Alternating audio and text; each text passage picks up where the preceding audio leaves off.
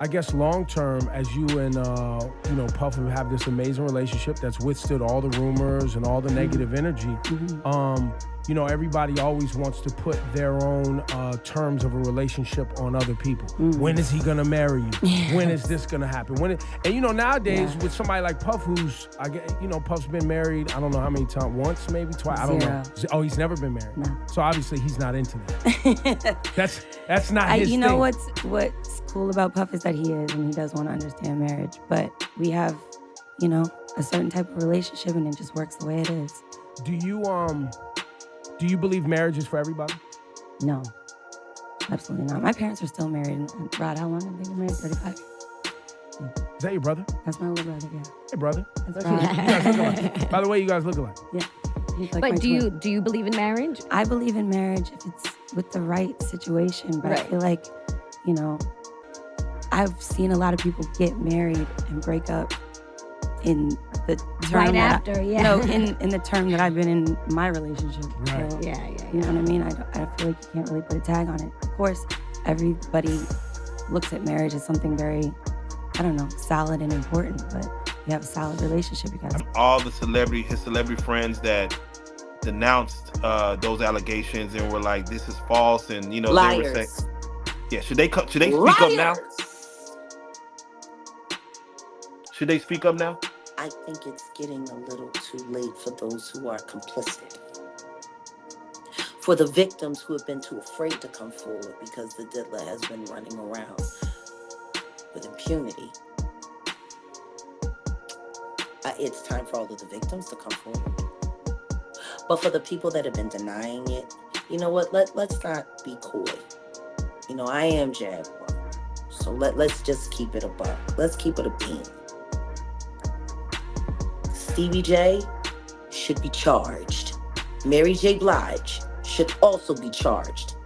Jennifer Lopez should definitely be charged. Should I keep going? You're hitting it on. Jay-Z should be charged. Khaled should be charged. Rick Ross should be charged. Usher should be charged and tried with him. Or for Justin Bieber alone. Any man that put his hands on his mother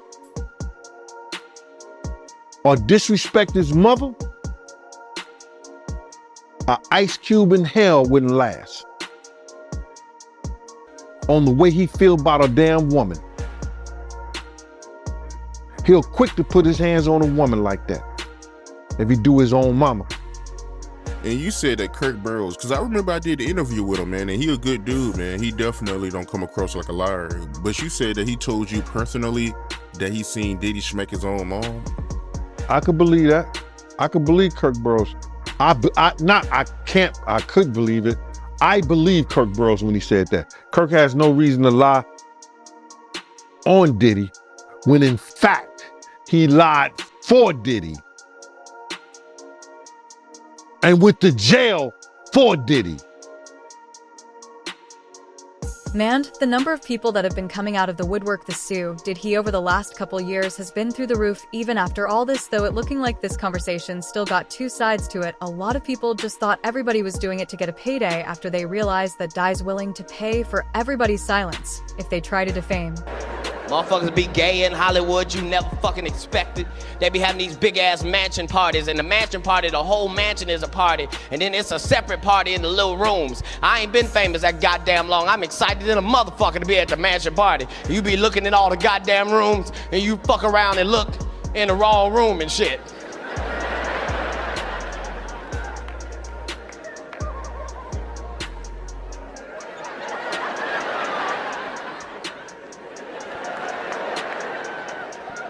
Nigga, come here, come here. Is that two niggas kissing? Is one of them niggas Professor Ovi? He came out the closet, he came out the closet. Oh my God, a rubber. Katt Williams ain't no different, and just like Jaguar Wright and Gone Deal, he predicted the Diddy would finally go down September of this year. Is this the end of Hollywood as we know it now? If nobody was listening before, they sure as hell going to be listening now. Quick, man, before we really even get started into this, and it's because something I seen today.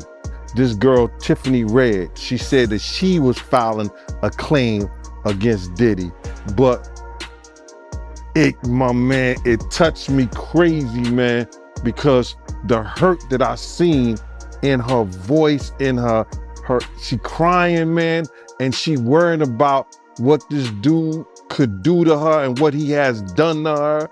Man, listen here, I want to let this young lady know, and I know this is not the place for it, brother, but please allow me to say this to her, man. You know what I'm saying? I started this battle long time ago.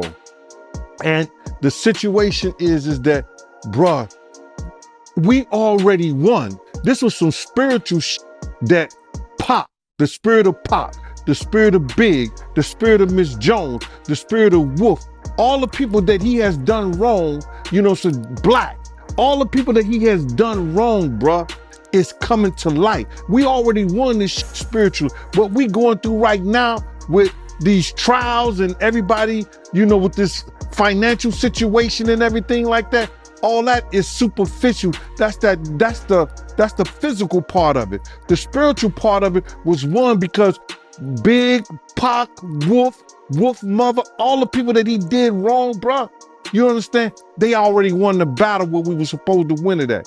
So now we just going through the physical part of it, man. And I want that girl to know, man, that she ain't gotta fear no man. She ain't gotta fear him, nobody else, man. Whenever she needs, you understand? Whenever she needs somebody to travel, to go with her, to make sure she all right, you know, I'm a phone call away, man. I'm a phone call away. And you know, go ahead with your questioning, man. I just had to get that out, man, because that girl touched a lot of people, man, because all she wanted to do was write music, make music, and show her talent and her love to the people, man. And then she got to feel this way, be fearful and scared of her life and stuff like that. Mom, I ain't scared of no man. You understand? I ain't scared of no man. Nobody that got to put their pants on the same way I do. Not at all. Yeah, I appreciate y'all. Thank you. And I just want to say how much I appreciate Puff Daddy for doing the kinds of work that he's doing, because he doesn't have to do this. But this is part of what is important about giving back. We applaud you, and I want to apologize for not sweating, but I do this so much. I'm so cool. I just want y'all to see everybody I'm interviewing is sweating. I'm not even touching my brow. I'm so cool, and I want to apologize. I ain't trying to make you look bad or nothing like that, but I'm just so cool. We T-shirt. I tell you, if he was wearing one of those fancy designer clothes he's designing, he'd be sweating just like me. We're not going to get into sophisticated politics. We're going to talk about a problem that we have in young America. Young Americans being disenfranchised. Only 36% of us have voted. And I wanted you to speak. You're one of the few politicians that young people relate to. And we wanted to just hear the message on why you feel it's important for them to vote this year. Young people that, and please talk to the people that are disenfranchised, that don't believe in the power of their vote. Well, I really think that this year more than any other, young people have their entire futures at stake. When I go to the floor of the Senate to cast a vote, I'm casting a vote about what the economy is going to look like and what kind of jobs are going to be available, whether there's going to be health care, whether there's going to be good education. Every issue that you can imagine has a direct impact on how every young person watching is going to live his or her life. And so I would hope that this year, more than any other, people would stop and think, hey, you know, do I want to wake up in 5 years and, you know, have more violence in the streets than we do now, more homelessness, more people out of work, you know, kids not even having a chance to get educated, hospitals closing down. This is a direct impact on their lives, and I believe your slogan... It ain't just did he Jay-Z be on Oprah. Yeah, they all going down. and not in a fun way to Diddy freak off kind of way. And look, where there's one guy, there's the whole network holding him up. There's politicians, rap mogul, businessmen, and all sorts of other elites. And on this really is Epstein's Island, all nestled up into 3 mansions registered under the name as Shah Diddy. Yeah.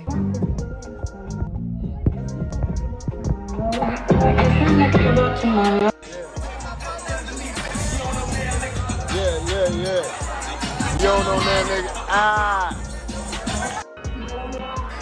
Sick of these niggas. Sick of these niggas. High some help. You ready, niggas? Yeah.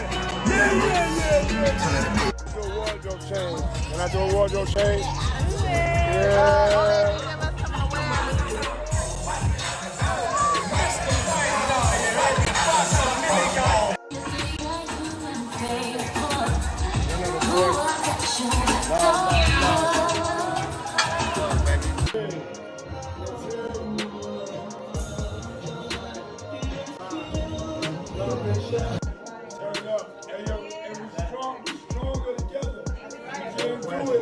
Together. No question. Fuck that. No question. Let's go. Let's go. Yeah. Now look, it's a long fight involving a lot of people, and it ain't over yet. Now even Daddy could still get out free because of his old habit of, paying for people's silence is still a big problem Katt Williams ain't celebrating just yet. I think that we made the points that we've been wanting to make. I think it came out. Mr. Combs is a fighter. He's going to fight this to the end. He's innocent. He came to New York to establish his innocence. He's not afraid. He's not afraid of the charges. There's nothing that the government said in their presentation today that changes anyone's mind about anything. He's been looking forward to this day. He's been looking forward to clearing his name, and he's going to clear his name. And we're going to stand by his side as he does. We believe in him wholeheartedly. He didn't do these things. This was a 10-year relationship. There's no coercion. There's no crime. There's basically just, someone who brought a civil case and now is finding themselves the witness in a criminal case. And we're going to fight this case with everything we have as a team. And eventually he's going to be shown to be innocent. And so tomorrow we fight again. And we'll fight every day until we don't have to fight anymore. I don't know. The question is, why did it happen last night instead of today? I don't know the answer to that question. I just want to make one point very clear. We have no power. All we can do is show good faith. He got on a plane and he came here. And if he stayed here for 1 day before the case started, or for 1 year before the case started, he was going to stay as long as he needed to stay. It ends up being only 12 days. That's fine. That's what the government wanted to do. The government didn't want him to turn himself in. He came here to turn himself in. Why doesn't the government want him to turn himself in? Because then they can't ask for detention. So they go and they arrest him. They arrest the guy who came to New York to turn himself in. But we're going to make all these points again tomorrow, and we'll make it as much as we can until we get him out. So that's all I have. Yeah, that's tomorrow. What was the question? We're appealing. Yeah, we're no bail. No bail. Oh, I'm sorry.